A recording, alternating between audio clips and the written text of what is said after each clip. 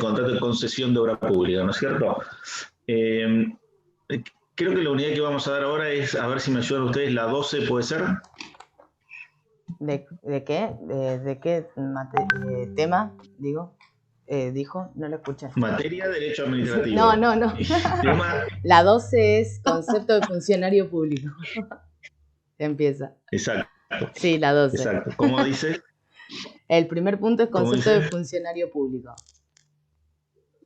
Bien, perfecto. Entonces, concepto de funcionario público y el otro punto que dice... La ética en el ejercicio de la función pública, regulación constitucional y legal, la Convención Interamericana contra la Corrupción y la Convención de las Naciones Unidas contra la Corrupción, sus incidencias en la función pública. El tercero es... Entonces, concepto, perfecto. Concepto de funcionario público o conceptos funcionario público. Les pregunto a ustedes, ¿de qué creen que vamos a hablar o de qué o de quiénes creen que vamos a hablar en esta unidad? O a partir de esta unidad y la que sigue. De los políticos. De los agentes. Bueno, de los políticos. ¿Quién dijo de los políticos? Juan. No. Juan dijo de los políticos. Bien, perfecto, Juan. Juan dijo de los políticos. Lucía, ¿qué dijo? Los agentes públicos, las personas que trabajan. De los agentes públicos. ¿Creen que el término agentes públicos es más amplio que el de los políticos o es restringido el concepto de agente público? ¿Quién cree que dio un concepto que abarca más personas? Porque estamos hablando de personas humanas, ¿no es cierto? Cuando decimos agente público, político, estamos hablando de personas humanas. ¿Quién cree que está abarcando más personas con ese concepto? ¿Lucía o Juan? Lucía. Bien, exacto. Lucía da un concepto, dice agentes públicos, da un concepto que es más abarcativo que el que da Juan, porque cuando Juan... pero Juan dijo bien, porque en términos coloquiales, digamos, entendemos por funcionarios públicos o por funcionarios públicos, generalmente se entiende a quién, a los políticos. ¿Sí? Juan estará pensando en el presidente, en los ministros. ¿En quién más estabas pensando, Juan, cuando dijiste eso? A ver. Los diputados, los senadores. Bien. O sea, estaba pensando en aquellos... Juan estaba pensando en aquellas personas que son el elemento subjetivo del órgano. Porque fíjense, nosotros en la unidad 5 y en la unidad 6 hablábamos de la organización administrativa, ¿sí? Y allí hablábamos de los órganos del Estado, o del órgano como un centro de imputación de atribuciones, del órgano o de la teoría del órgano como lo que nos permite justificar o fundamentar en la actualidad cómo una persona jurídica emite la voluntad. A diferencia de las personas humanas que somos nosotros, que emitimos la voluntad de manera directa, ¿sí? Nosotros emitimos nuestra voluntad de manera directa, salvo que fuéramos incapaces y necesitásemos un representante. Pero si somos personas capaces, lo hacemos directamente, a través del habla, escribiendo, etc. Pero una persona jurídica, como es un ente ideal, ¿sí? Ya dijimos, no viene una persona jurídica a firmar un contrato, sino que viene una persona humana que lo va a hacer en nombre de esa persona jurídica. La pregunta siempre es, bueno, ¿cuál es la fundamentación, la teoría jurídica por la cual se argumenta esa representación? Y ahí venían las teorías de la representación, del mandato, y últimamente la que usamos en la actualidad es la teoría del órgano. Decimos de que en realidad la persona jurídica emite su voluntad a través de órganos y que esos órganos nacen con la persona jurídica. En el caso del Estado, que es una persona jurídica, esos órganos que nacen con la persona jurídica Estado están en la Constitución, que es el elemento constitutivo del Estado. ¿Y cuáles son esos órganos? Si vemos el Estado Nacional, ya lo habíamos dicho. El órgano ejecutivo, el órgano judicial, el órgano legislativo. Nosotros, como estudiamos la función ejecutiva, la función administrativa, nos centramos en el órgano ejecutivo. Y en el órgano ejecutivo, ¿qué órganos tenemos? El presidente, el jefe de gabinete, los ministros. Y después, ¿hay más órganos adentro de la administración pública? Sí, hay muchos más, pero ya no están creados por la Constitución, sino por ley o por reglamentos autónomos. Los secretarios, los subsecretarios, los directores provinciales, ¿sí? Y después decíamos que esos órganos tienen tres elementos: un elemento objetivo, que es la competencia; un elemento subjetivo, que es la persona humana que ejerce la competencia; y un elemento material, que son los recursos humanos y materiales para el ejercicio de las funciones. Entonces, fíjense que ahora, ¿de quién vamos a estar hablando acá? Vamos a estar hablando de esas personas humanas que trabajan en el Estado, que pueden ser el elemento subjetivo de un órgano, lo que dijo Juan, lo que él identifica como el funcionario público, pero que también pueden ser todo el resto de personas humanas que nosotros vemos trabajando en el Estado, que a lo mejor no son el elemento subjetivo de un órgano, sino que forman parte del elemento material del órgano, esa cantidad de recursos humanos y de recursos materiales necesarios para ejercer las funciones del órgano. ¿Comprenden lo que digo? Vamos a poner un ejemplo. Voy al Ministerio de Educación. ¿Alguna vez fueron al Ministerio de Educación? Acá en Rosario, a las secciones, a la región sexta acá, ¿no? Sí. ¿A dónde fueron? A ver. ¿Sí? ¿Quién fue? ¿El que está enfrente del Alto Rosario? Sí, ese. Sí. Bueno, ese fue un ejemplo, por decir un ejemplo de órgano. Ahí está el Ministerio de Educación. A ver, ¿quién fue? ¿A dónde han ido? ¿A qué dependencia pública han ido? Gabriel, a ver. Ay, no sé, estaba pensando. ¿A dónde has ido? A lo mejor no fuiste. No se me viene a la mente. ¿Fuiste alguna vez a alguna No dependencia? se me viene. No, creo que no. ¿Nunca? ¿Nunca entraste a una dependencia? Creo que no tuve. No, creo que no. ¿No has tenido la experiencia? Bueno, a ver, Lucía. Ni malo ni bueno, no. A ministerios no, sí. A ministerios acá no, en Rosario menos. Pero sí fue al juzgado. A una dependencia pública cualquiera, municipal, nacional. Ah, sí, provincial. en la municipalidad. Ah, sí, al de tránsito, ¿puede ser? Bueno, ¿qué es de tránsito? La secretaría, ¿no? Al que está por calle Paraguay, ¿qué sería? El Paraguay, el río. Es el distrito centro. Al distrito centro. Al distrito centro. Ese. Bueno, usted, a ver, algo me parece importante. Ustedes entienden que cuando entraron ahí, entran a una dependencia pública, entran a una dependencia estatal. ¿Entienden eso? Sí. Sí. Cuando van ahí se están vinculando con el Estado, en este caso el Estado municipal. Sí. O sea, todo lo que empiezan a hacer ahí está regulado, todo lo que pasa ahí adentro y todas las relaciones que ustedes empiezan a trabar allí están reguladas por el derecho administrativo. Sí. ¿Vos, Lucía, dónde? Yo acá en Venado, por un caso al Instituto Municipal de Previsión Social, que si bien es un ente autárquico, muy bien. Bueno, entré por el tema de una jubilación de una señora. Perfecto, habrá sido el ente de previsión social de la Municipalidad de Venado Tuerto, es un ente autárquico de la Municipalidad de Venado Tuerto, y ahí adentro fuiste al departamento de liquidaciones, no sé o dónde. Sí, igual es chico y hablé con el presidente, hay un presidente y 4 vocales con el presidente. Perfecto.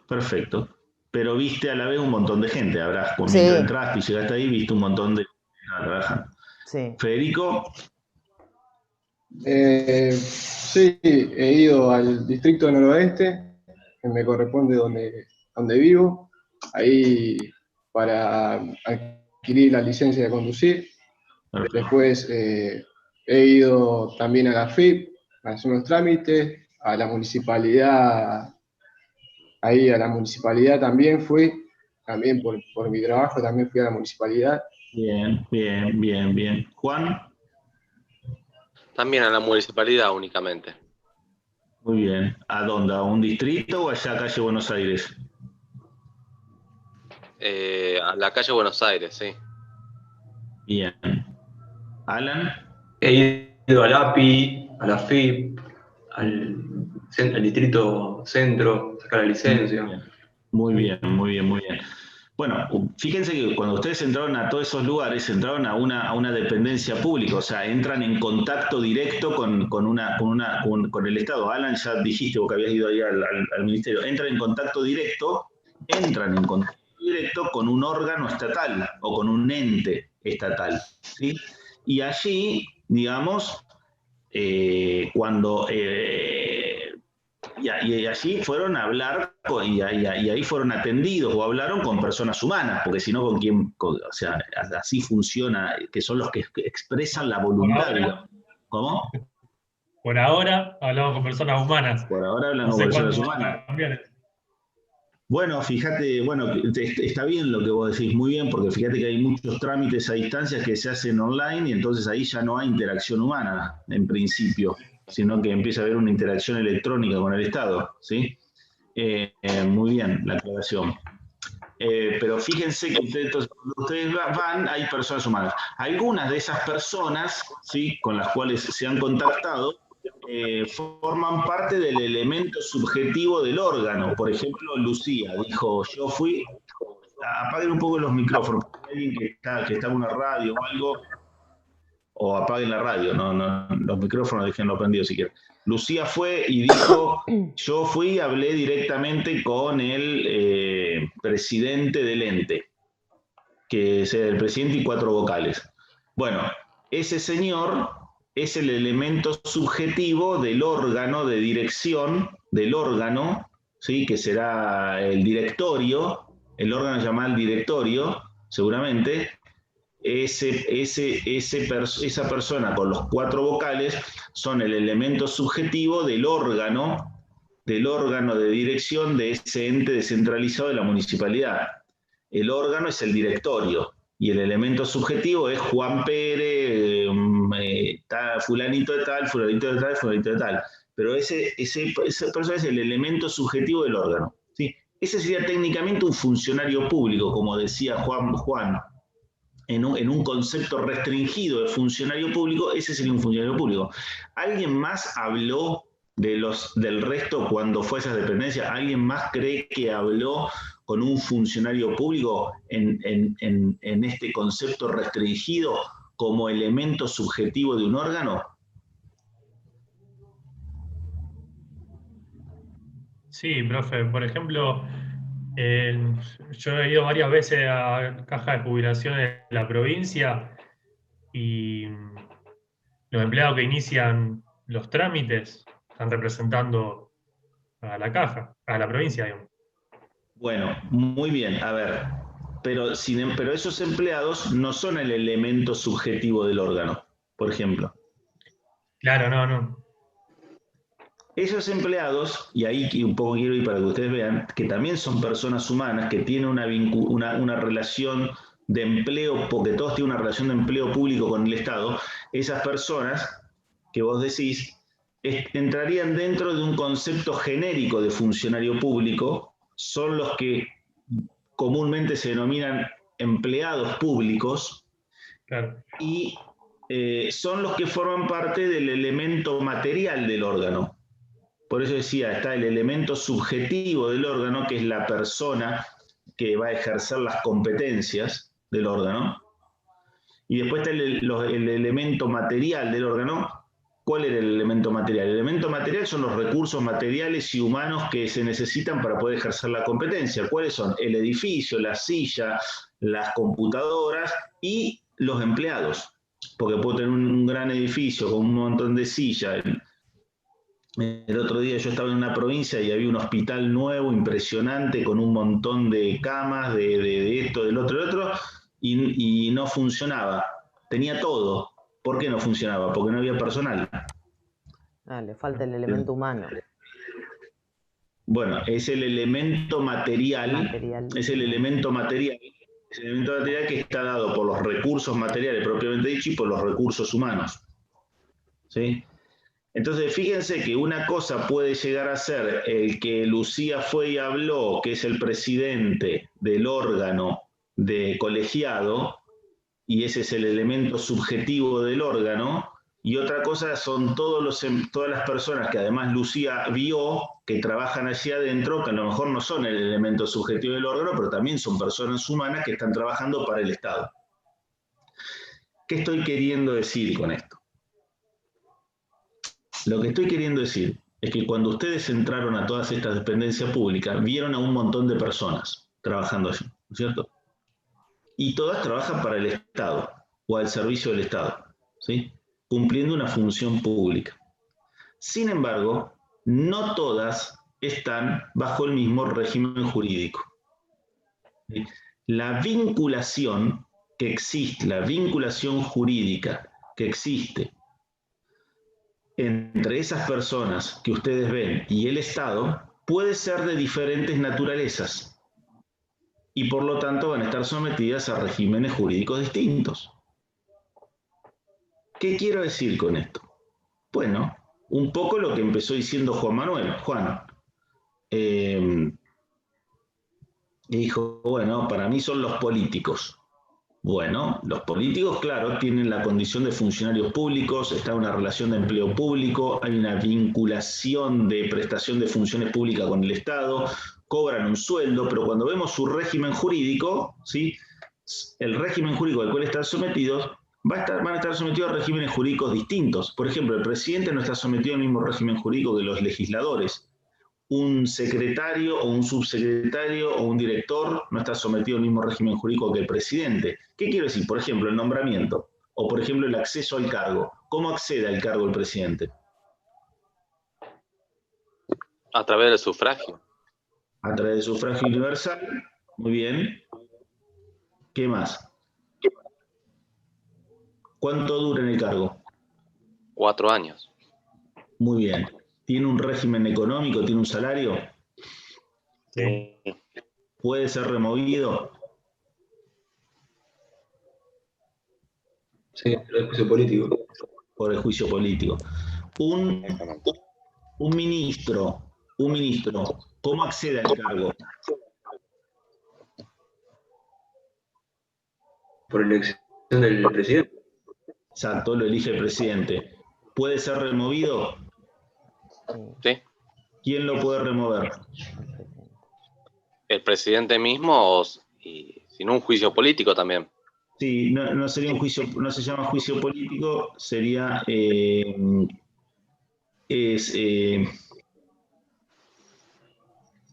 No, una moción de censura. No, la moción de censura es el jefe de gabinete. Bueno, ahora se me olvidó el nombre. Bueno, ¿cuánto dura un ministro en el cargo? 4 años también. No, Definido. lo que el presidente quiera puede durar 4 años, pero no tiene un plazo de duración, por ejemplo. Un juez, por ejemplo, ¿cómo accede al cargo? Por concurso. Concurso de oposición. ¿No? Por concurso y qué más. Para después poder efectivamente acceder al cargo, ¿cómo tiene que ser nombrado?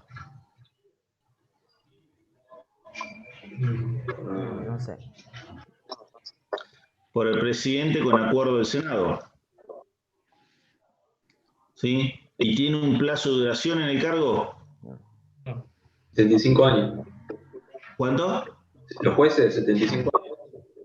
Hasta los 75 años, pero en principio el plazo de duración no hay plazo de duración en el cargo, solamente hay una situación de incompatibilidad por la edad para seguir en el cargo una vez cumplidos 75 años, pero salvo eso no hay plazo de duración.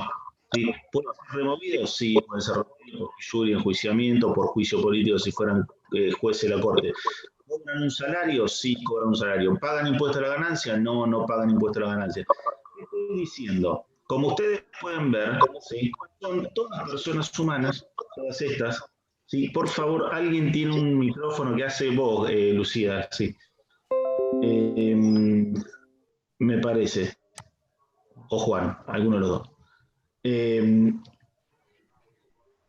Es que no podía hablar, hacía mucho ruido ese micrófono. Probablemente ustedes no lo escuchan, pero yo sí.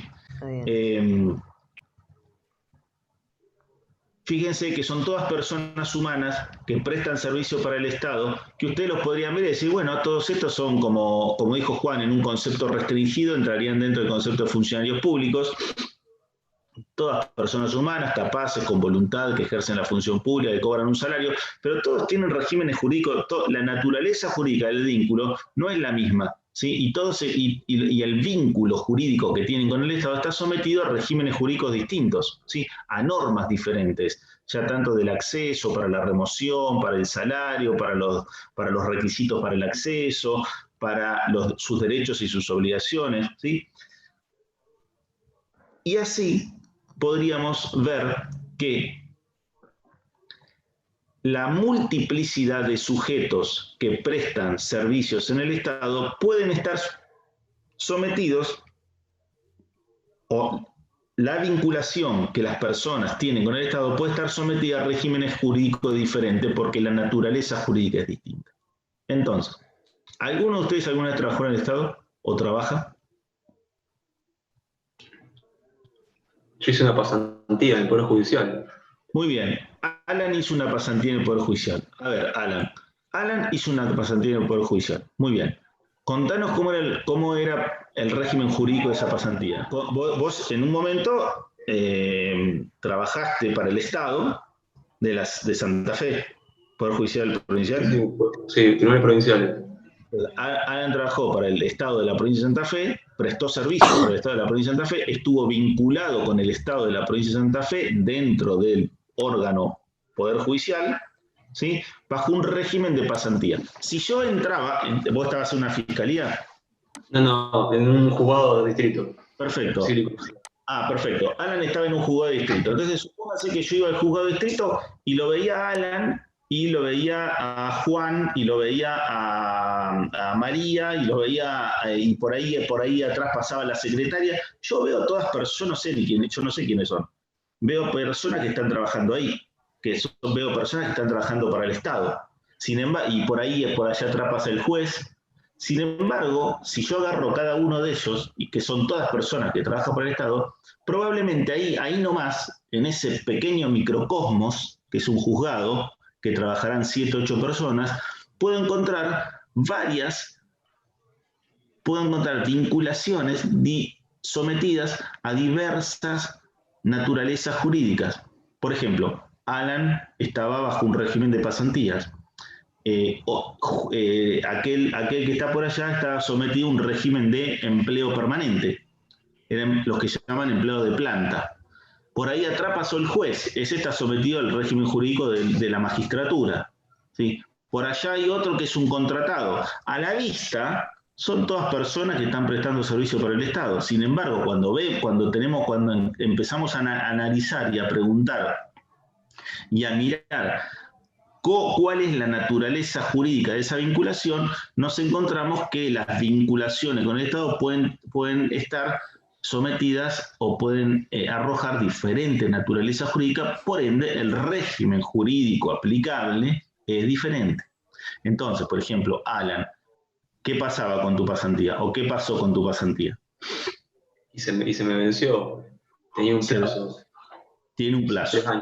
3 años máximo. Perfecto, tiene un plazo. Se terminó el plazo y Alan tuvo que irse, ¿sí? Porque se terminó el plazo. En cambio, seguramente Alan dejó allí a compañeros que estaban en un régimen de empleo permanente, ¿sí? Y que tienen estabilidad y que no se van a ir más, salvo que le apliquen una sanción expulsiva del Estado. Pero de lo contrario no se van a ir más porque tienen permanencia, ¿sí? Pero el régimen de Alan no. Y el del juez tampoco. Y el de la secretaria tampoco. Y el modo de ingreso de Alan es distinto también al modo de ingreso de el que fue planta permanente, porque el que fue planta permanente concursó. En cambio, las pasantías entiendo que no se concursan. No, se presenta un currículum y aparte, bueno, tenía un conocido también que me ayudó. No, se presenta un currículum y hay una valoración del currículum, pero no hay un concurso técnicamente. Se presenta en un currículum y hay una valoración de los currículum, porque ese es un requisito para el ingreso como pasantes, acreditar determinadas requisitos curriculares. tener aprobado procesal civil, ese era un excluyente. Por ejemplo. Y después se hace una compulsa de los currículum, pero no hay lo que se denomina un concurso, ¿sí? Entonces, fíjense, Alan trabajaba para el Estado, el que estaba al lado trabajaba para el Estado, el juez trabajaba para el Estado, a simple vista del ciudadano, todas personas humanas trabajando para el Estado. Cuando ustedes fueron a esas dependencias públicas, vieron a un montón de gente trabajando para el Estado. Sin embargo, va a suceder que no todas las vinculaciones esas con el Estado tienen las mismas naturalezas jurídicas, es decir, no todos están vinculados con el Estado de la misma manera, es decir, no todos tienen los mismos derechos y obligaciones, no todos entran de la misma manera, no todos tienen estabilidad, no todos cobran lo mismo, no todos pagan lo mismo, no todos pueden ser removidos de la misma manera, etcétera, etcétera, etcétera. ¿Se dan cuenta? Ahora, esto que lo vamos a ver más en detalle en la unidad que viene, ¿sí? Esto lo quiero decir a modo introductorio para que ustedes se hagan la imagen mental de lo que estamos hablando. Entonces, ese punto 1 de esta unidad nos habla concepto de funcionario público. Bueno, acá nosotros podemos tomar dos caminos. Uno es el que iniciamos cuando Juan Manuel dijo, cuando yo dije ¿qué entiende usted por funcionario público? Y Juan Manuel dijo los políticos y Lucía dijo los agentes. Ese es un camino en donde podemos ver las diferentes conceptualizaciones que doctrinariamente y a veces plasmadas en ciertas normas se dan para mencionar a quienes se encuentran en las diferentes categorías según la naturaleza jurídica del vínculo. Entonces aparece la categoría de los funcionarios públicos en el sentido de que lo dijo Juan Manuel, funcionario público en un concepto restringido, funcionario público que sería el político, ¿sí? El que es el elemento subjetivo del órgano. Funcionario público como el que es nombrado por elección popular o el que es nombrado por el presidente o el gobernador o el intendente para ser parte del gabinete. ¿Sí? Como ministro, como secretario, como subsecretario, como director provincial, municipal o nacional. Es decir, elemento subjetivo del órgano. O el legislador, tanto diputado como senador, o los jueces. Esos son los funcionarios públicos. Funcionario público, en sentido restrictivo. Y el resto,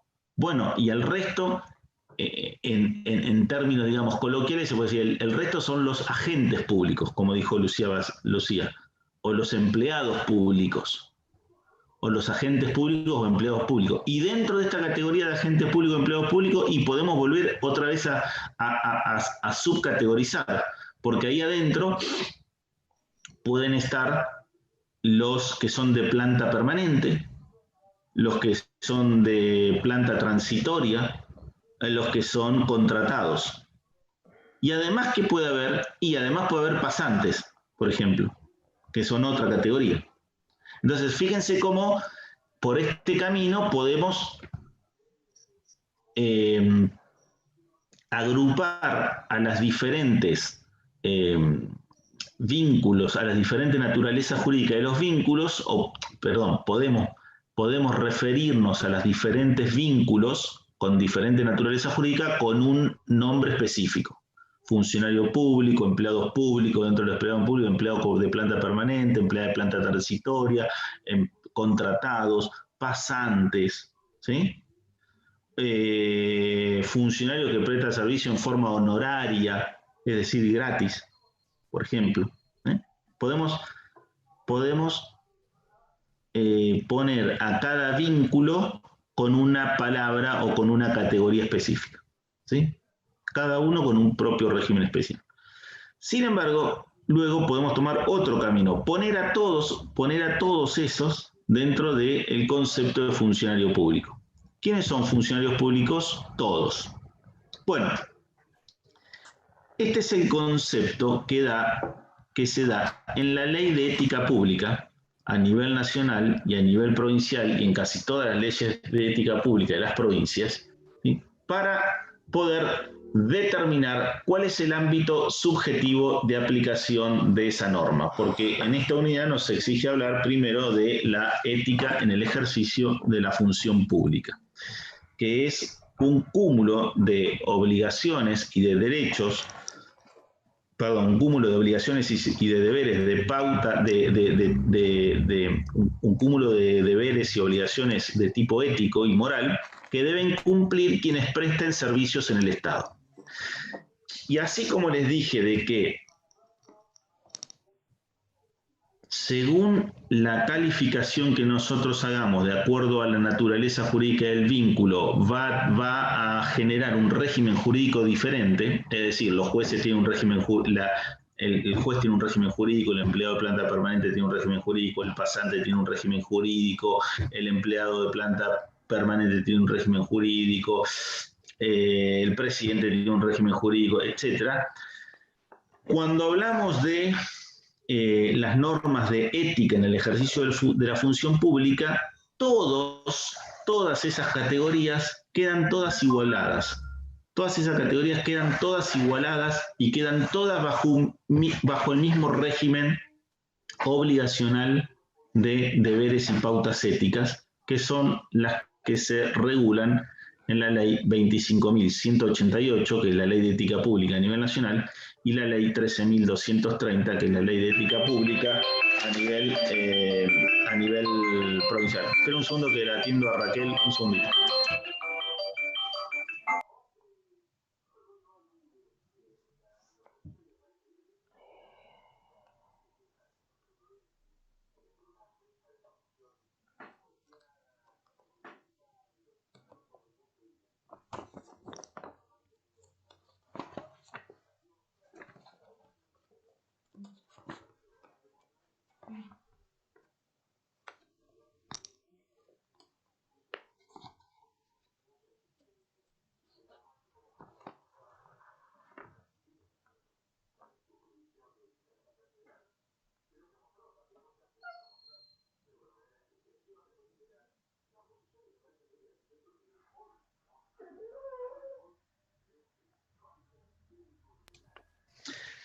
Bueno, Disculpe, entonces, era la ley provincial es la 13.230, dijo. sí, exacto. Gracias. Si ustedes ven estas normas, van a ver que son normas que establecen una serie de pautas y deberes éticos, y en el artículo 1 establece cuáles son los sujetos obligados de esta ley. Quiero mostrárselas, a ver si la puedo mostrar acá. No voy a poder. A ver. A ver, segundo. ¿Por qué no puedo? Sí, a ver ahora.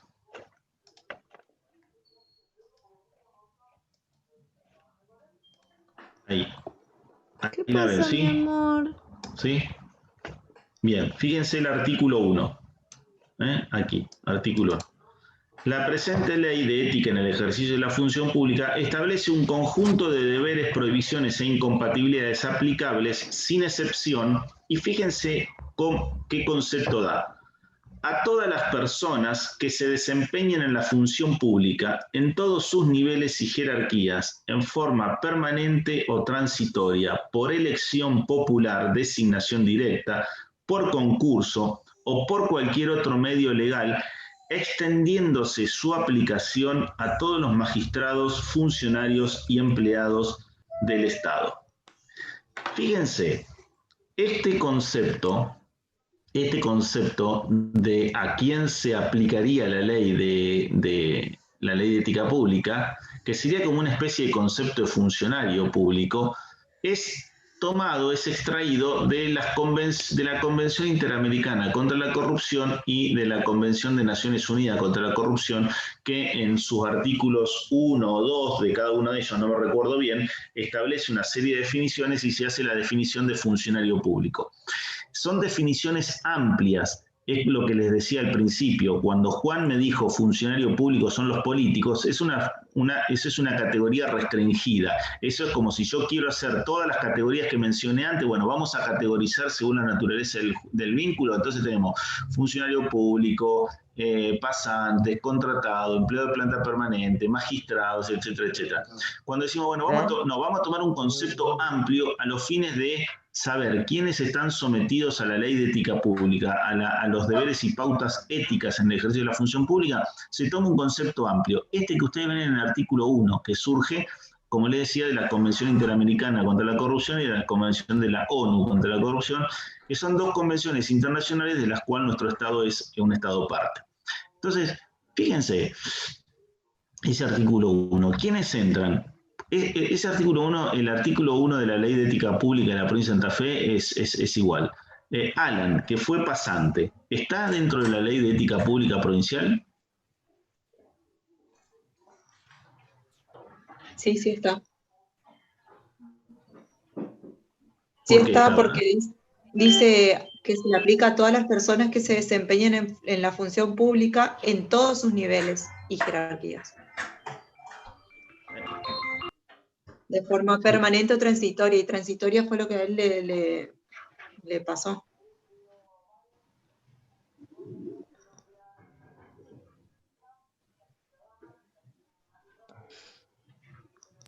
Perdón, que tenía que tener esa llamada. Entonces, sí está. ¿Por qué está?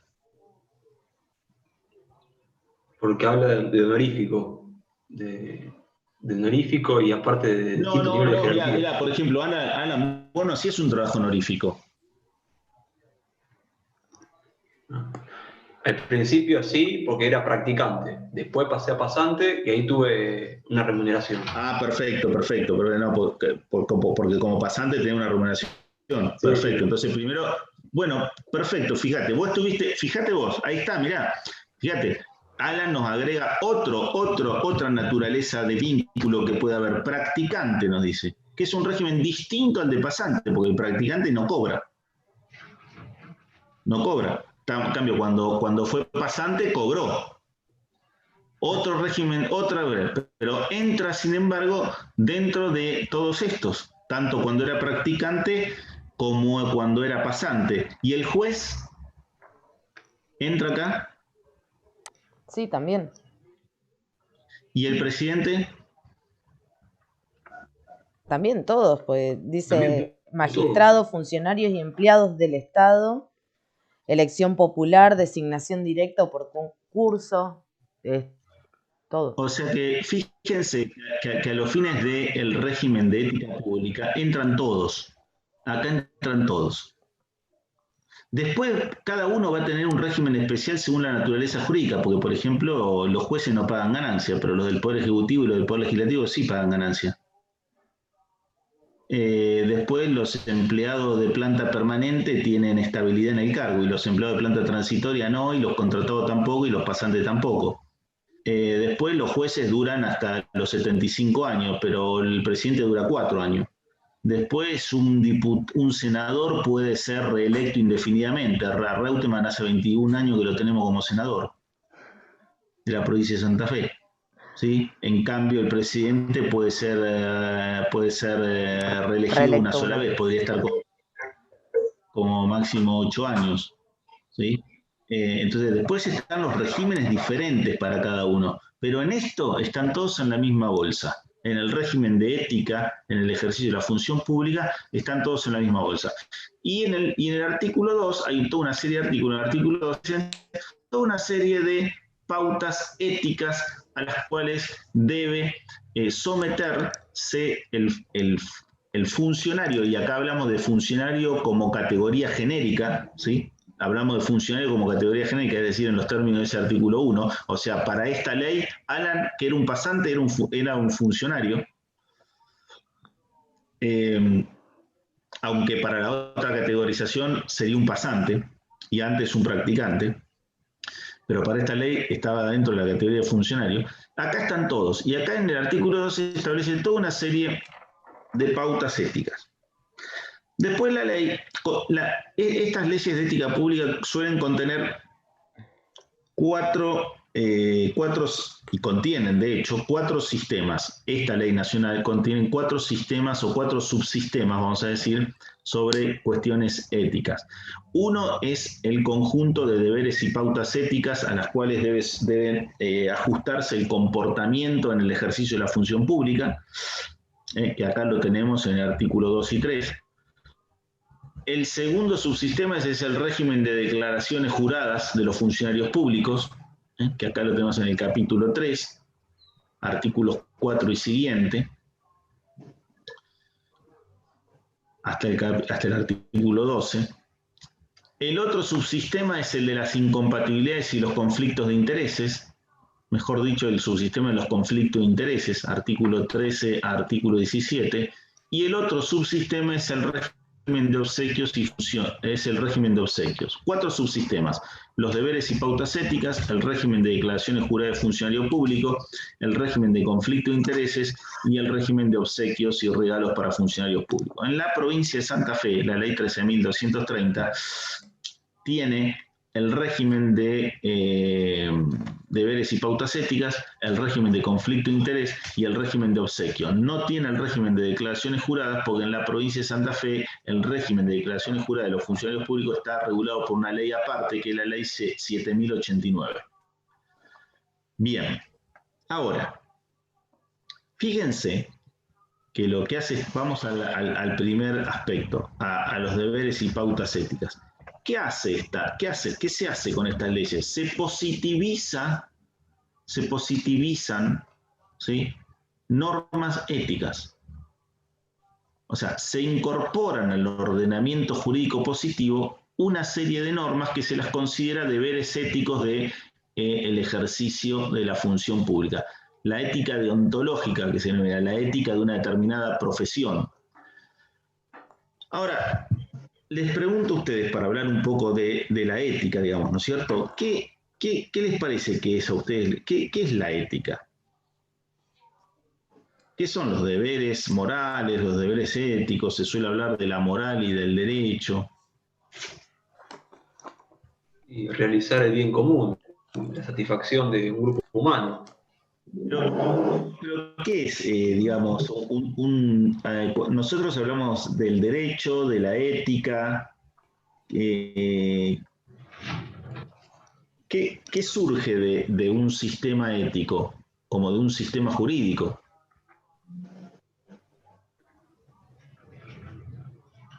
¿De qué estamos hablando?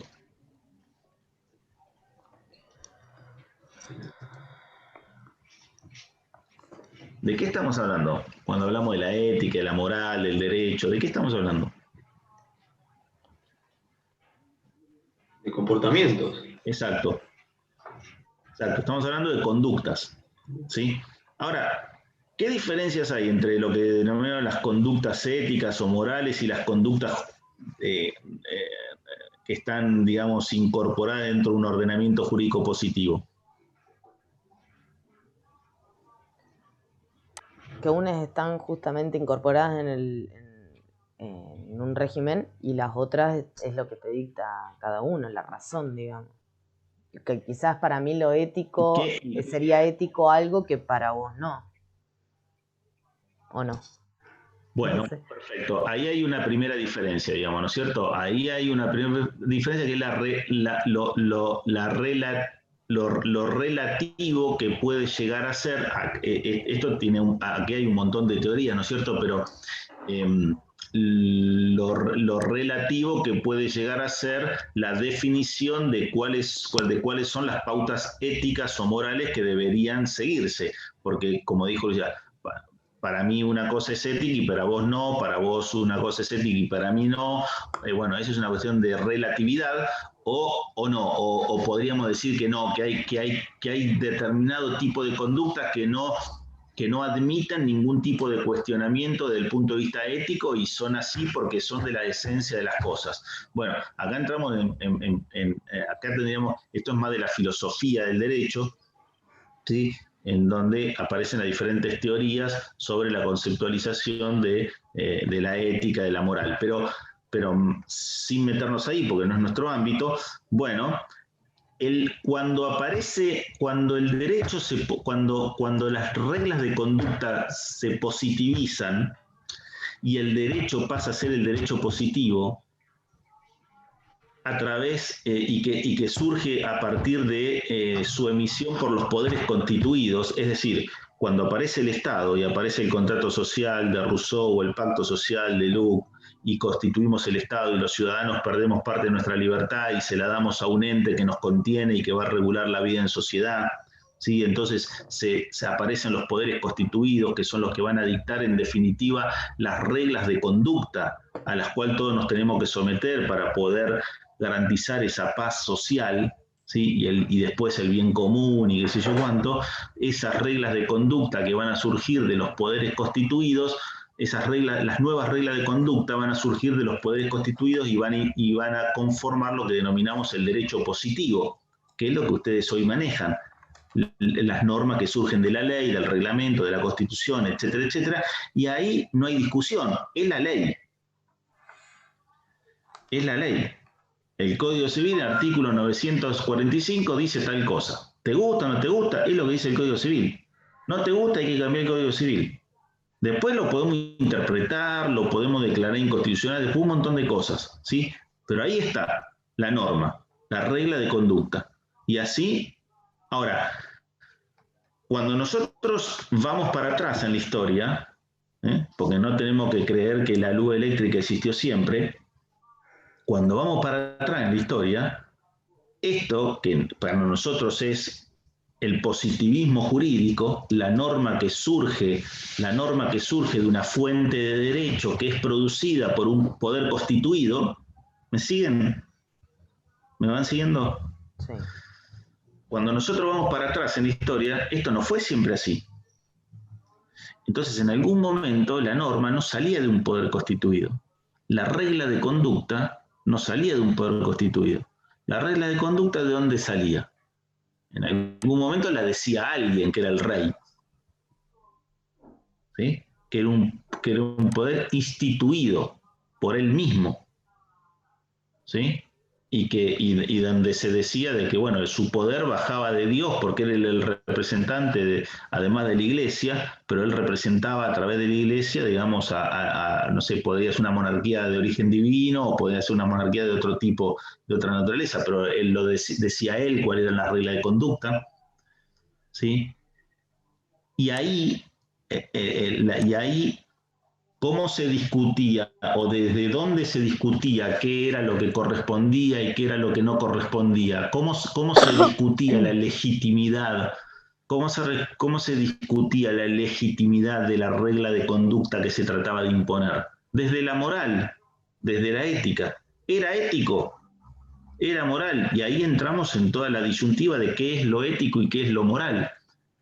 Ahora, cuando aparece el positivismo, aparece también el positivismo kelseniano, aparece, por ejemplo, con una postura de división tajante entre moral y ética. Entonces, no me importa la moral y la ética, lo que dice la norma es lo legítimo. Y se terminó. La moral es otra historia. Ahora, la pregunta pasa a ser ahora, es si la moral o la ética, ¿sí? Como sistema de referencia para poder referirnos, como sistema de referencia de las conductas humanas, para poder calificarlas como conductas que son apropiadas a la vida en comunidad o que son justas, si la ética o la moral como sistema de referencia juega algún papel dentro del sistema normativo positivista.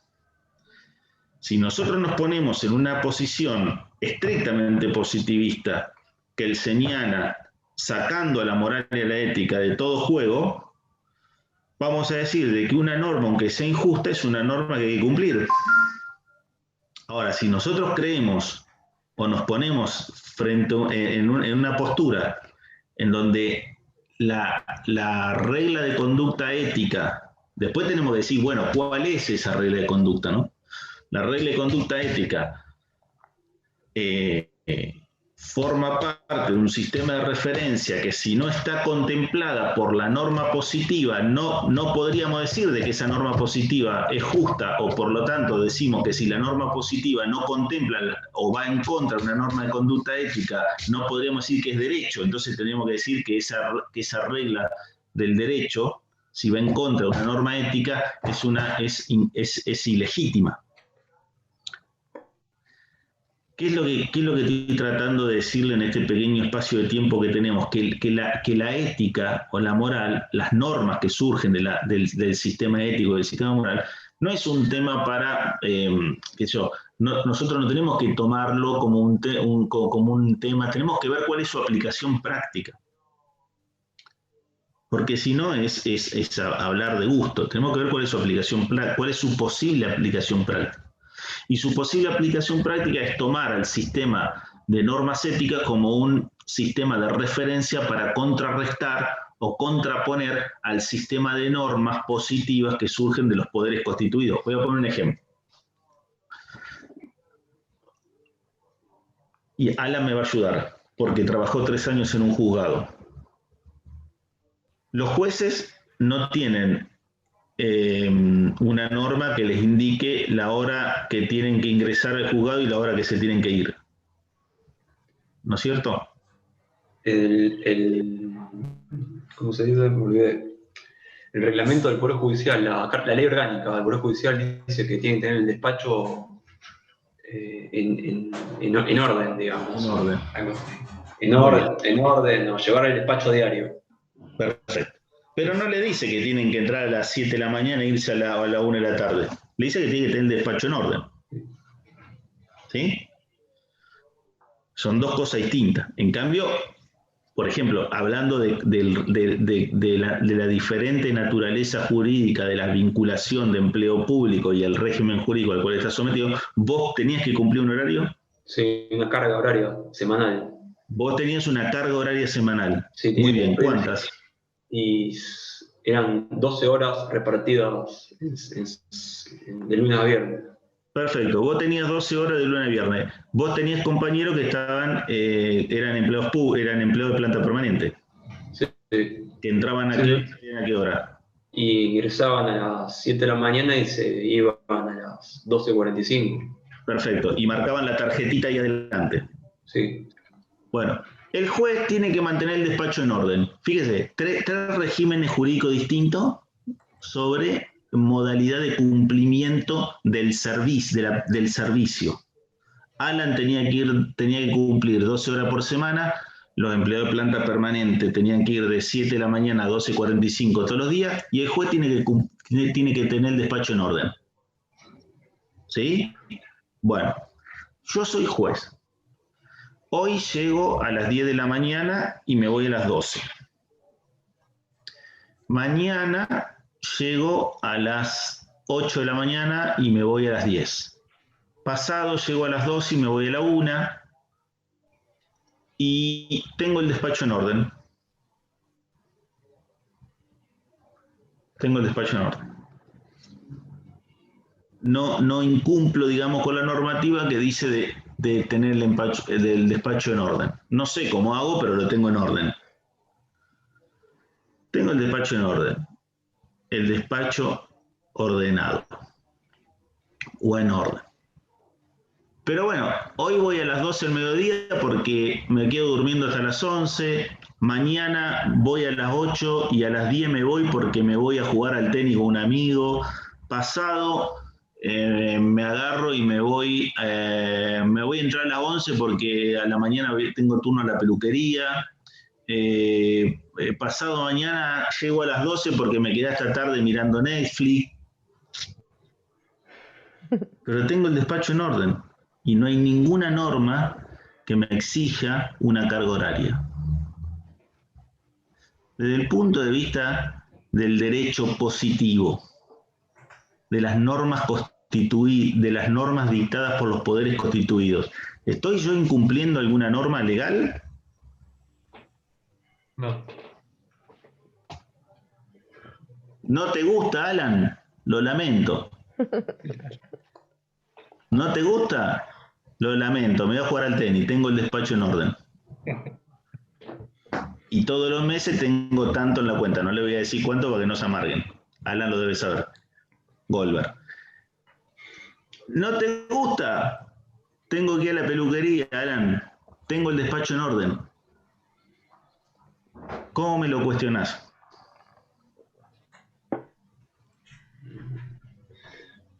No tengo manera, tengo respuesta, no tengo... ¿Cómo me lo cuestionan, Federico? ¿Cómo me lo cuestionás? Y de un punto de vista ético, o sea, no da el ejemplo como funcionario público. Muy bien. Fíjense. Cuando yo soy el juez y le estoy diciendo, Alan, ¿no te gusta? Lo lamento. Yo me tengo que ir a jugar al tenis. Ahora me tengo que ir a jugar al golf y mañana vengo tarde porque me voy a quedar con unos amigos mirando Netflix.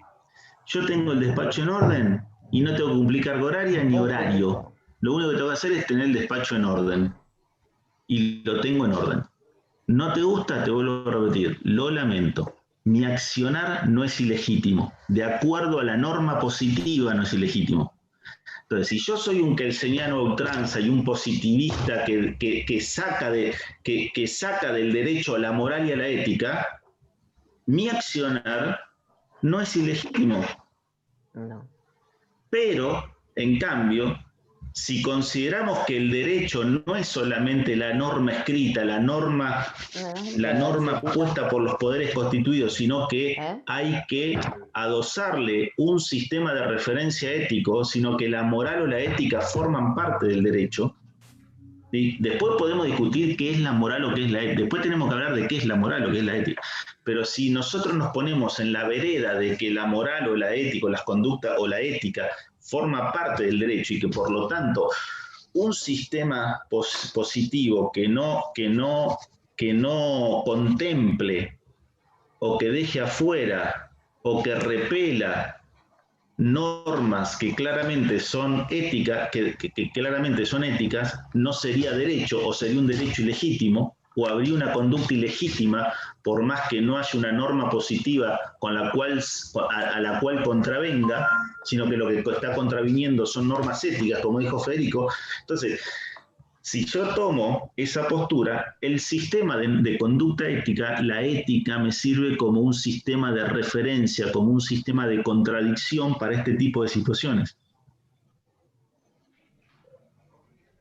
La única forma que yo puedo plantear una contradicción a esta conducta es desde la ética, porque del derecho positivo no.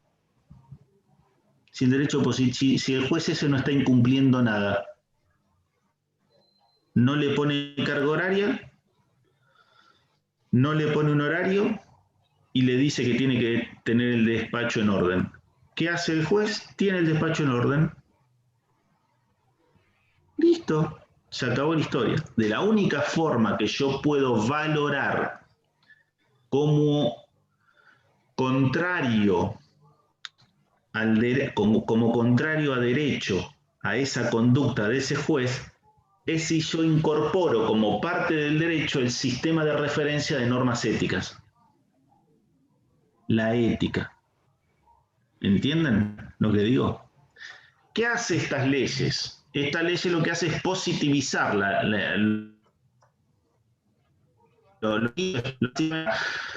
para terminar con esta discusión entre positivista y naturalista y todas las teorías del derecho,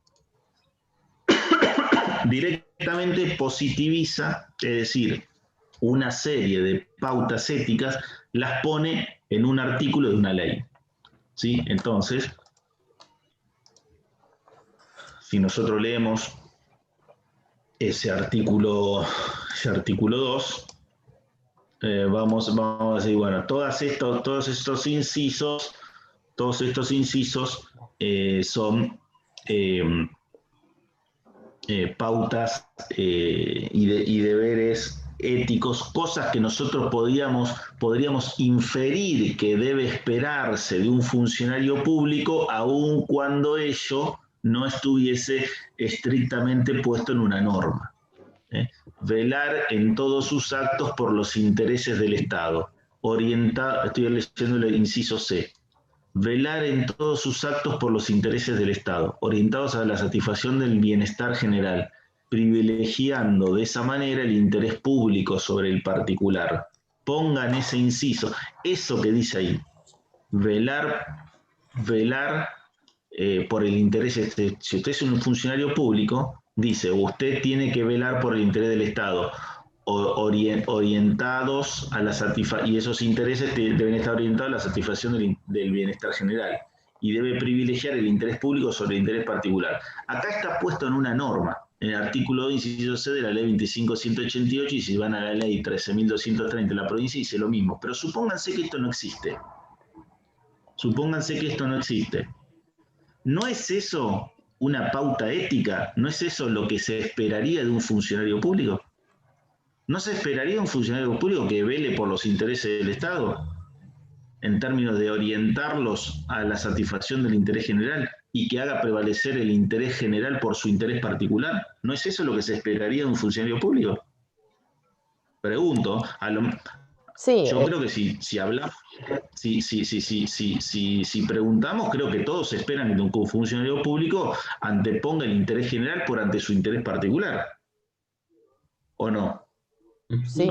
Pero como esto es discutible, acá ya no es más discutible porque está positivizado, pero hagamos de cuenta que esto no está. Alguno puede pensar, como las normas de pautas éticas son discutibles, porque como dijo Lucía al principio, bueno, para mí puede ser ético tal cosa y para otro puede ser ético. Para uno puede ser que no pase nada con tal cosa y para otra puede ser que eso sea una aberración ética. Bueno, pero hay cosas que parecería en donde hay un consenso generalizado sobre un determinado tipo de conducta que hay que desarrollar. Profe. Sí, perdón. Sí. Una aberración ética fue lo del diputado, Amélie. Sí. Sí. ¿Una qué dijiste? Una aberración ética. Aberración. Ética. A ver, quiero escuchar.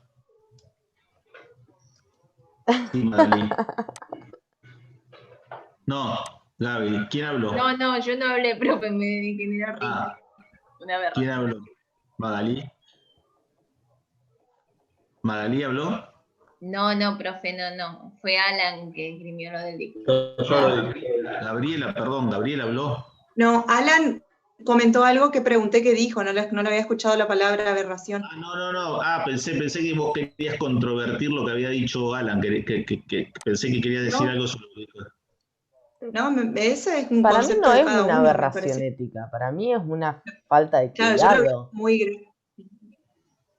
yo creo que es una palabra muy fuerte para... Claro, o sea, para mí no tiene nada de malo hacerlo, sí, en la forma en la que... mostrarlo, ¿me entendés? No tener el cuidado de hacer, de dónde estaba. Obviamente que las actividades particulares de cada uno, yo no me meto en cuestiones propias, pero 18 de la Constitución, ¿no? Yo digo que ese comportamiento de ese funcionario público, en el recinto, en su trabajo, es totalmente repudiable. Miren, hagamos una... Hablando del comportamiento ético. Ameri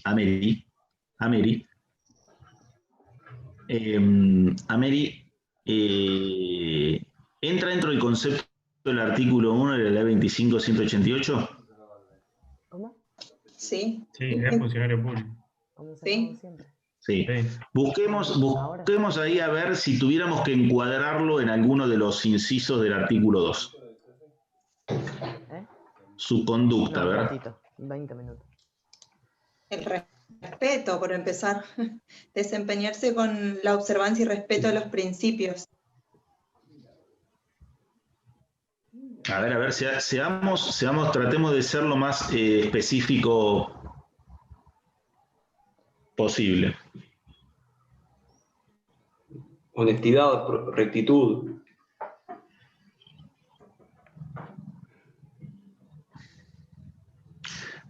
¿Qué será honestidad? ¿Fue deshonesto? tendríamos que empezar a pensar el concepto de honestidad, ¿no es cierto? Puede ser deshonesto con la investidura del cargo. A ver.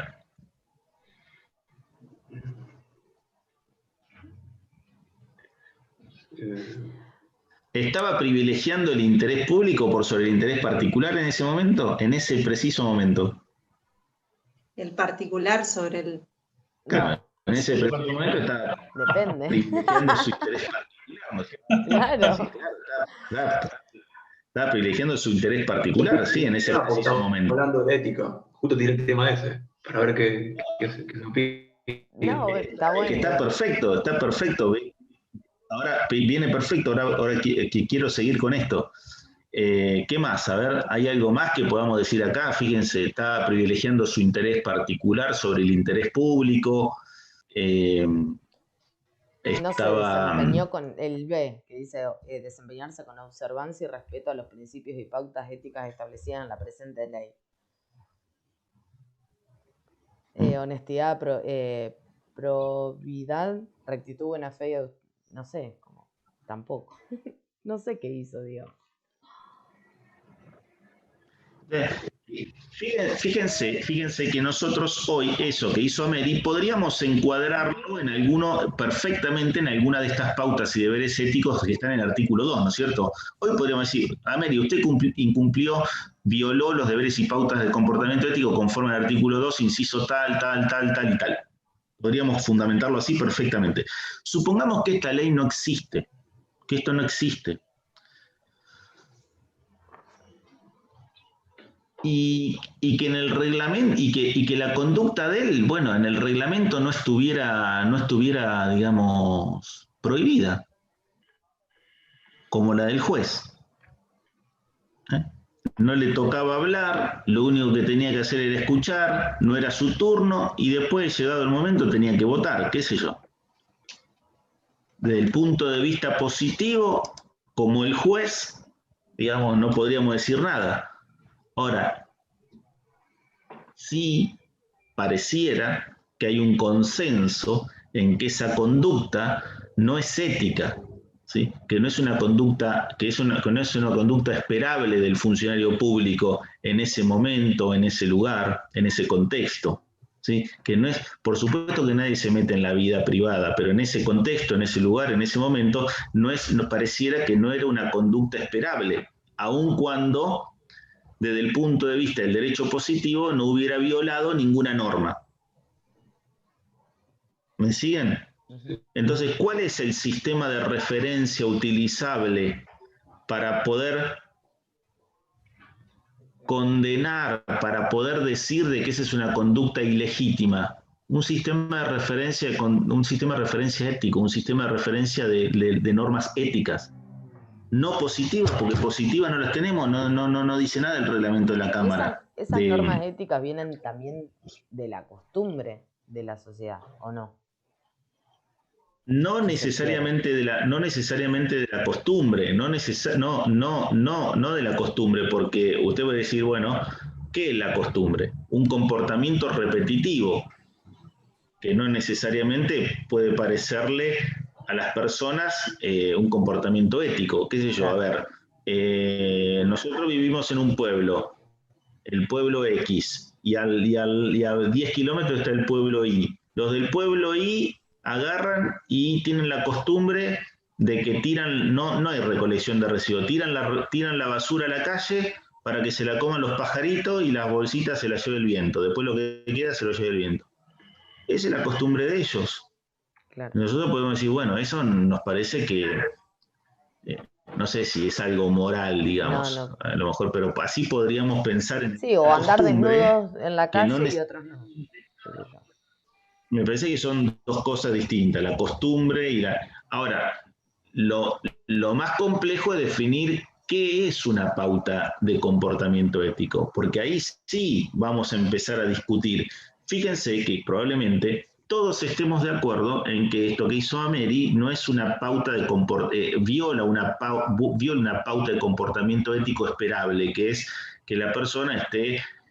atenta, escuchando, atenta a la votación. dedicada en ese momento al ejercicio de la función pública para la cual está investido, y esté atento y esté cumpliendo con la función pública para la cual fue investido y para la cual se le pagó. Ahora, después, Alan dijo una aberración. Después podemos ver las calificaciones y las consecuencias. ¿Qué pasa? Acá no tenemos calificación y supongamos que no hay ninguna ley, no tenemos calificación ni consecuencia. Entonces, dice, esto es una aberración, dice Alan, y hay que echarlo de la Cámara. Lucía dice, bueno, o Gabriela dice, bueno, a mí me parece mal, dice Gabriela, pero lo de aberración me parece mucho, a lo mejor no me parece que haya que echarlo. Bueno, dice Lucía, a mí tampoco me parece que aberración, tampoco, qué sé yo, a lo mejor lo podemos percibir. Bueno, estas ya son las diferentes miradas sobre las consecuencias de una conducta antiética. Y antes de eso es si una determinada conducta estamos todos de acuerdo que puede ser contraria a la ética. Entonces, en esto parecería ser que todos estamos de acuerdo que es contraria a la ética. Cuando poníamos el ejemplo recién de lo que dice ese inciso C del artículo 2, ¿sí? Cuando dice velar por todos sus actos, los funcionarios, ¿no? Deben velar en todos sus actos por los intereses del Estado orientados a satisfacer el interés general, no el interés de los propios gobernantes, sino velar por el interés del Estado para satisfacer el interés general. Esto está muy relacionado con el tema de la corrupción. Parecería que si nosotros hiciésemos una encuesta y dijésemos, ¿a usted le parece que un funcionario público debe velar por los intereses generales del Estado y debe anteponer el interés general al interés particular? Si hacemos una encuesta a las personas, ¿qué van a decir en su mayoría? Que sí. ¿Sí? Entonces pareciera que ese es un comportamiento ético esperable en el ejercicio de la función pública. Pareciera que estamos todos de acuerdo y por lo tanto, si pareciera de que hay un consenso en ese sentido, hay una validación de esa conducta como pauta ética. ¿Sí? Porque hay un consenso generalizado. Y aparte, pareciera como que sale inmanente, digamos, como que está en la esencia de la función pública. O sea, esa es otra cuestión. Los comportamientos éticos son los que... La ética es lo que surge de la esencia de las cosas.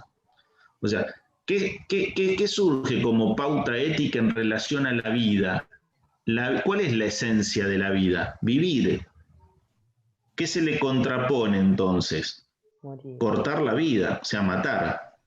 Entonces, matar es una acción contraria, es antiética, digamos, matar. Porque va en contra de la esencia de eso que es la vida, que significa vivir.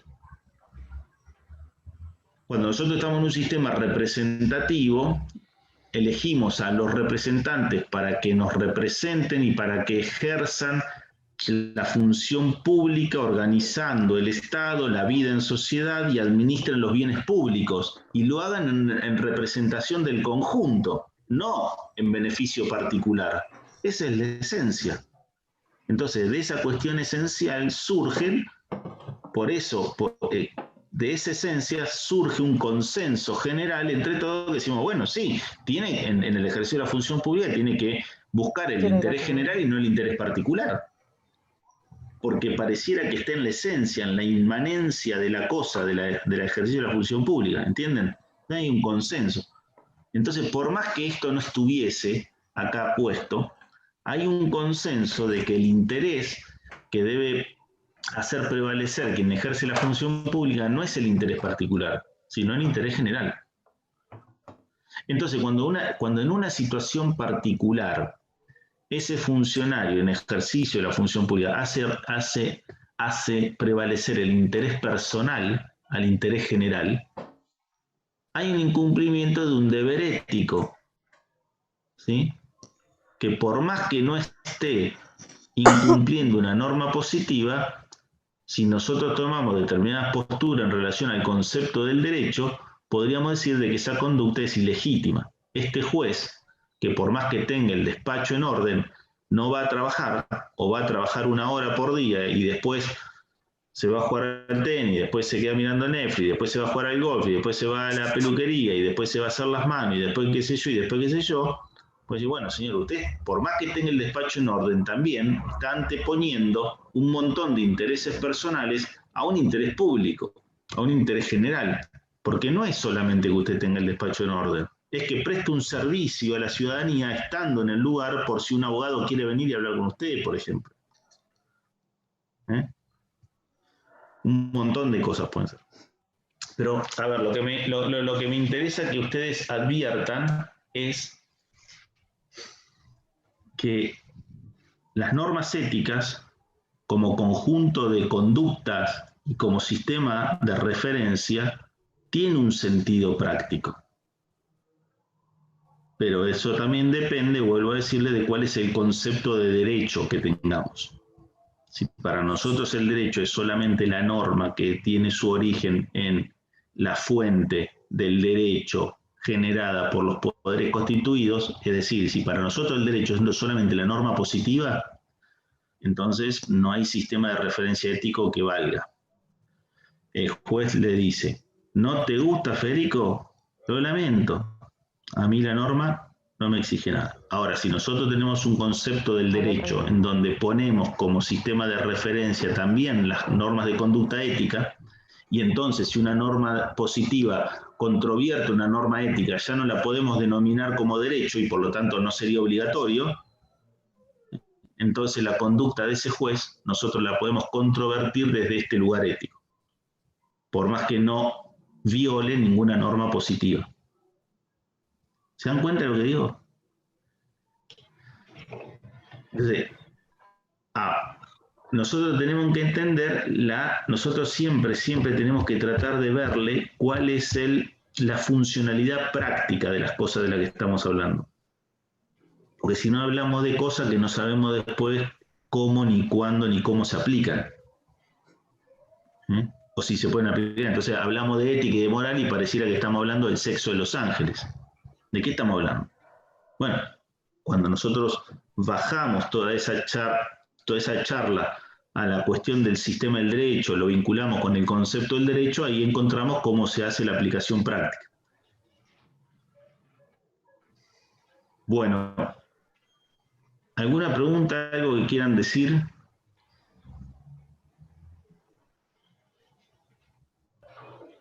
Profe, yo tengo una pregunta. Sí. Con respecto a los ministros, que son órganos de origen constitucional, ¿no? Ilegal. Ilegal. Ilegal. Y, ¿por qué abarcan los dos orígenes? ¿Se refiere al nombre de los ministros que van cambiando? Claro, no, se refiere a lo siguiente. La Constitución crea el órgano ministro, pero la propia Constitución habla de que la determinación de la cantidad y de la cantidad de ministros y de la competencia material a la cual se van a dedicar cada uno se va a establecer por ley. Y eso surge de la ley de ministerios. Vamos a verlo en la Constitución. ¿Ustedes están viendo lo que yo estoy poniendo o no? Sí. Sí. Ahora lo que compartí. ¿Están viendo? No, ahora no se ve nada. No estoy compartiendo, ahora lo pongo.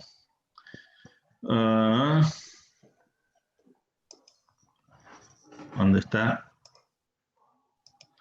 Ahí está la Constitución. A ver, busquemos ahí donde dice, donde se establece el origen constitucional y el origen legal. En el 102. En el artículo 101 habla el jefe de gabinete de ministros de lo que ocurre en el Congreso una vez alternativamente, Ahí habla del jefe de gabinete. El 102 habla de cada ministro. Acá habla de los ministros. ¿Dónde se habla de que del tema de la creación de los ministerios por ley?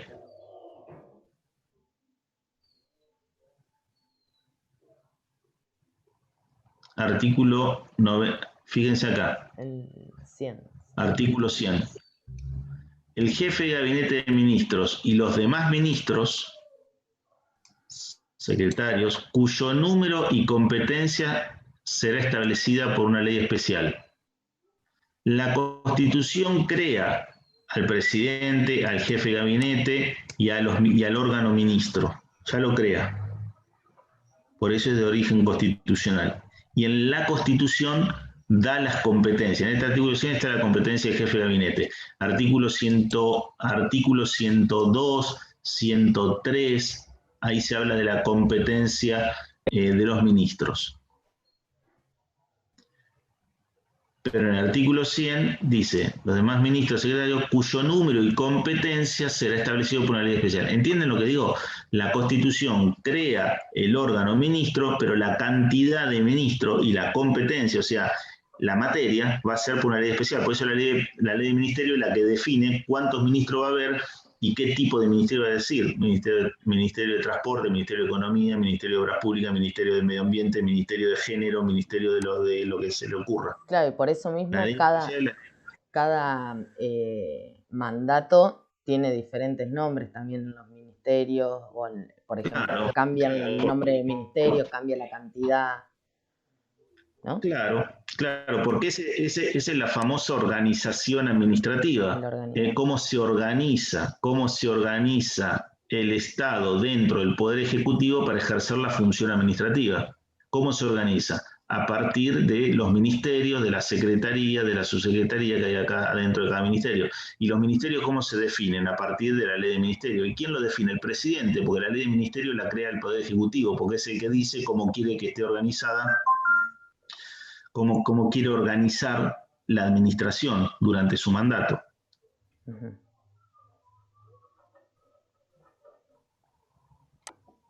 ¿Entiende, Federico?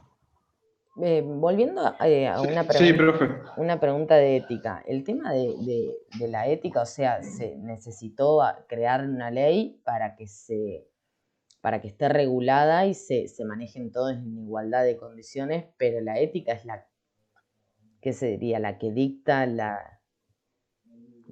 razón, no sé. ¿Me explico cuál es mi pregunta? Bueno, por supuesto, eso es lo que decíamos antes. Claro, entonces, lo que hace la ley 25.188 es positivizar, poner una norma positiva, normas de conducta, decimos, bueno, todo esto que no está en el derecho y que surge inmanente de la esencia de las cosas, esta cuestión de privilegiar el interés general antes que el interés particular como conducta ética que es inmanente al ejercicio de la función pública, no está en ningún lado, pero surge de la esencia del ejercicio de la función pública. Claro. Todos estamos contestes, todos estamos de acuerdo en que eso, digamos, es una norma ética para el ejercicio de la función pública. Nadie va a decir, no, yo voto funcionario para que se privilegien y para que se enriquezcan ellos mismos, para que usen el Estado para privilegiarse a ellos y a los amigos. Nadie dice eso. Todos claro. Dicen no, todo.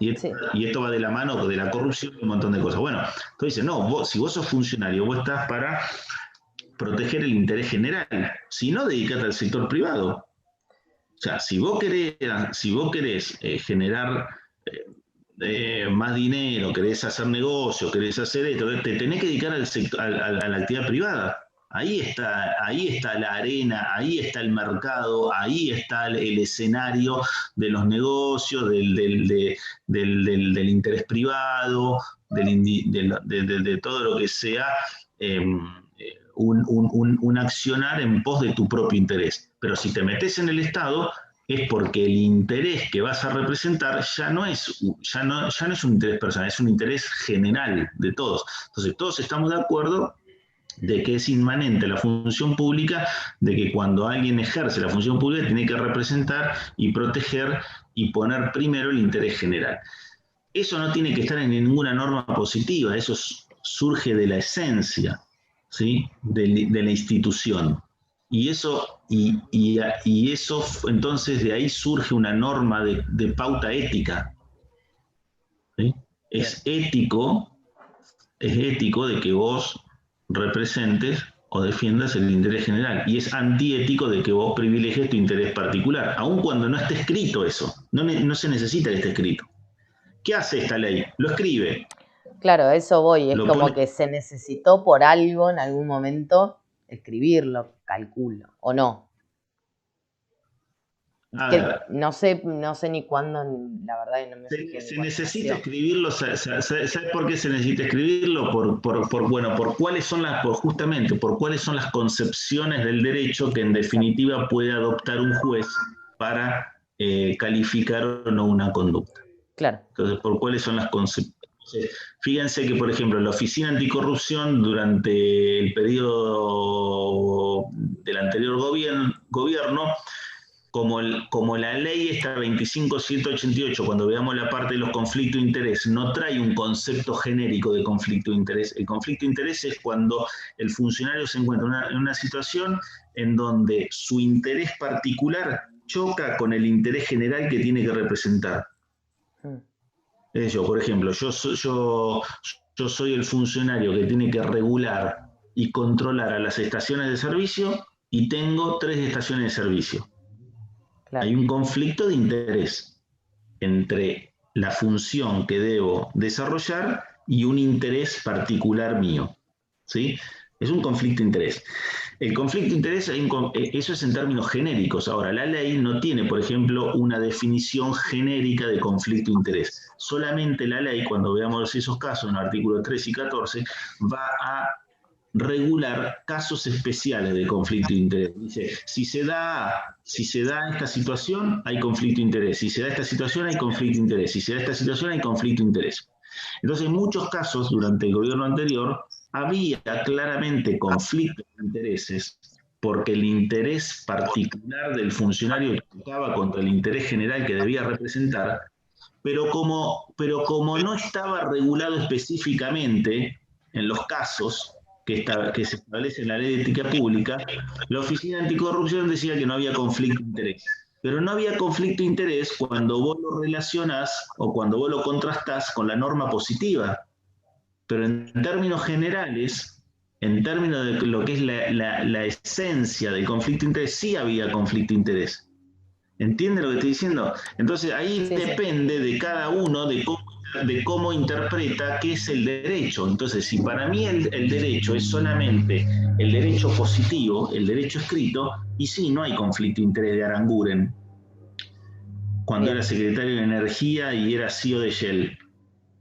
Pero si para mí el derecho es más que el derecho positivo, si el concepto de derecho es más que el derecho positivo, y está integrado por normas y pautas, y está integrado por los sistemas de referencia que son las normas y pautas éticas, entonces si la norma positiva no se condice, o si la conducta no se condice con una norma ética, puedo decir que esa conducta es ilegítima.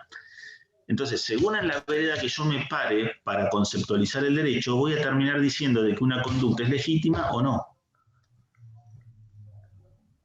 ¿Advierten lo que digo? Sí, perfecto.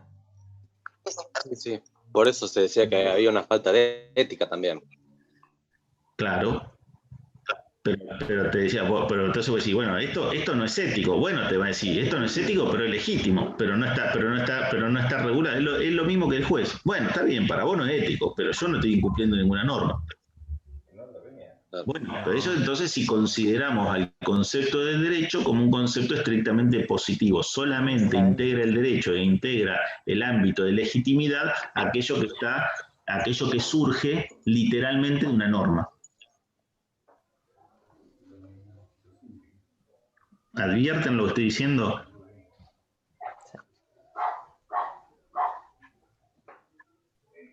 Sí. A ver, ¿de qué estamos hablando acá? Acá estamos hablando de la importancia que tiene el concepto de derecho.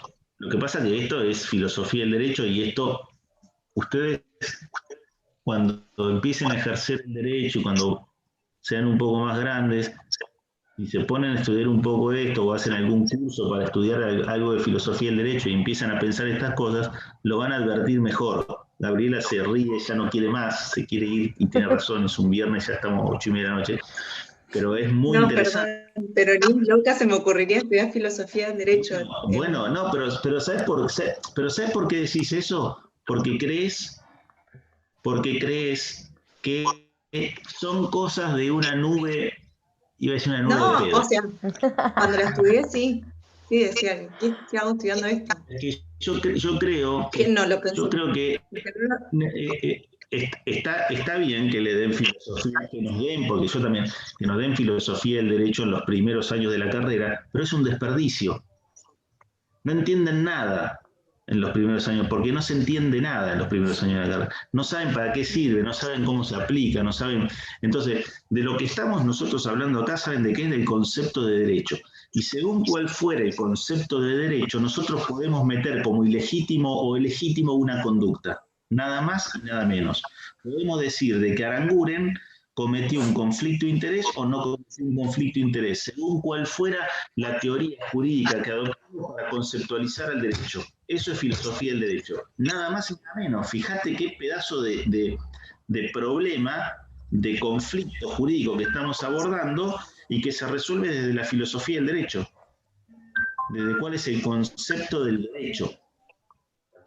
Sí. Es fundamental. O sea, yo le voy a decir algo. No te escucho. En las universidades de élite, por ejemplo, del sistema inglés, no se estudia el derecho como lo estudiamos nosotros, estudiando la norma positiva. Estudian filosofía del derecho, No. estudian teoría general del derecho, estudian la jurisprudencia, estudian cómo funciona el derecho, cómo se arma el derecho, estudian el de detrás de escena. Eso estudian. En nuestras universidades se enseña cómo es la norma, o sea, lo que dice el código. Nosotros se enseña a ser a nosotros nos enseña a ser obreros del derecho.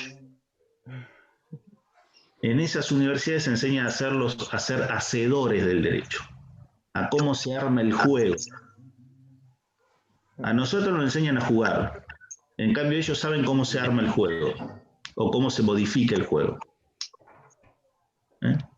Ellos estudian filosofía del derecho, teoría del derecho, no les interesa el artículo tal, del código tal, sí, después lo estudian eso. Pero eso no es lo importante. Lo importante es saber cómo se construye el juego, cómo funciona.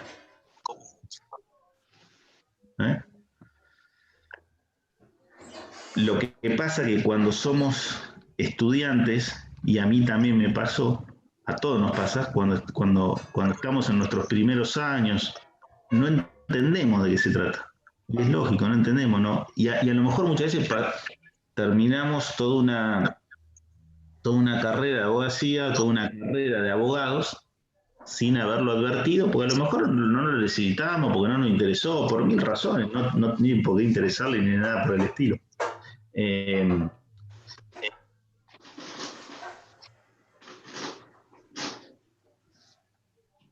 Bueno, ¿algo más? ¿Alguna pregunta? No. ¿Alguna opinión? Ya vas a estudiar filosofía del derecho, Gaby. Ahora te voy a dejar la duda y te voy a dejar la inquietud para que algún día te pongas a estudiar filosofía del derecho y estudies el concepto del derecho, las teorías, la teoría general del derecho. Ya me la veo dando clase de filosofía del derecho a Gaby. No. Es que sobre todo. Es que cuando ustedes quieran construir grandes argumentos jurídicos o teorías jurídicas, eso se arma desde la filosofía del derecho, de la teoría general del derecho, no se arma desde el articulito del Código Civil. Antonio Gramsci es un autor italiano, un socialista, un anarquista italiano de mitad del siglo XX, 1900 y pico, que lideró las grandes huelgas del norte de Italia, de las empresas automotrices, fue preso. Un libro muy, muy interesante, se llama Cartas desde la cárcel, y allí él habla de dos modelos de universidades. Él dice que están las universidades de las élites y las universidades de los proletarios. Y entonces él dice, en las universidades de las élites, de las clases altas, ¿sí?, les enseñan cómo funciona el derecho. les enseña cómo se construye el derecho, les enseña cómo funciona el juego, y a las universidades proletarias les enseñan cómo se usa, nada más. Es como si dijese, a las universidades de masas, no dice proletarias, a las universidades de masa, les dicen, esto es un clavo, esto es un martillo, el clavo se pone así y vos martillás así. Y después con el cuadro.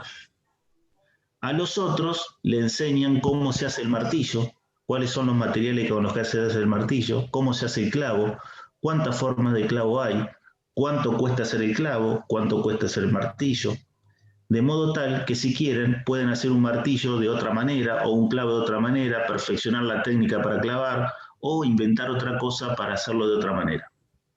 A las universidades de masa solamente le dicen, esto es un clavo, esto es un martillo, el clavo se pone así, vos haces así y después pone el cuadro. Y ya está. Y entonces vos repetís esa acción todo el tiempo. ¿Entienden lo que estoy diciendo? Sí, sí, sí. Y eso es según cómo se enseñe el derecho, cómo aprendamos o cómo pensemos o cómo nos demos cuenta de qué es el derecho.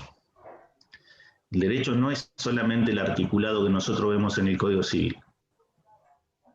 Si nosotros creemos que eso es el derecho, y siempre vamos a estar ahí repitiendo que ponemos el clavo y clavamos el martillo y ponemos el cuadrito. Y no salimos de ahí.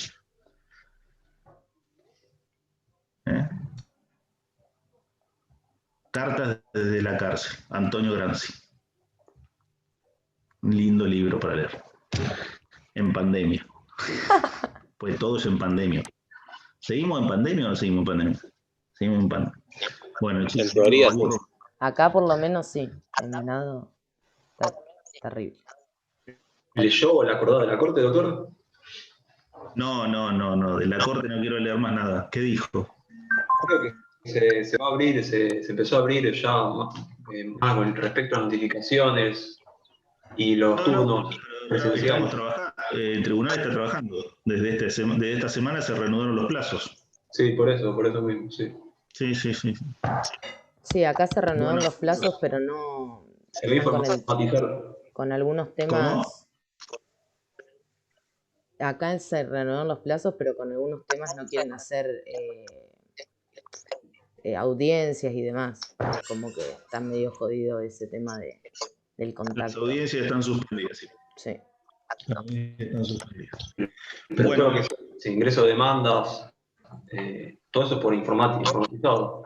Sí. Todo informatizado, mandar escritos informatizados, sí, todo con una seguridad jurídica paupérrima, o sea, inexistencia absoluta de seguridad jurídica, porque estamos mandando escritos por mail, o sea, estamos a ese nivel. Ahora, Y las notificaciones electrónicas también.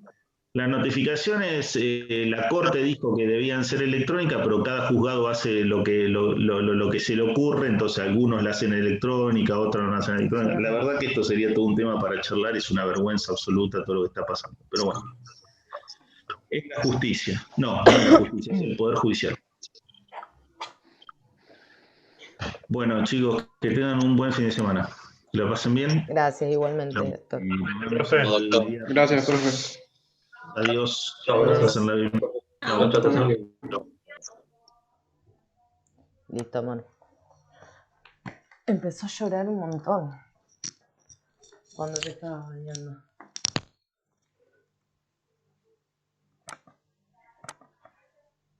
Por eso me fui ahí. No, con Marinera.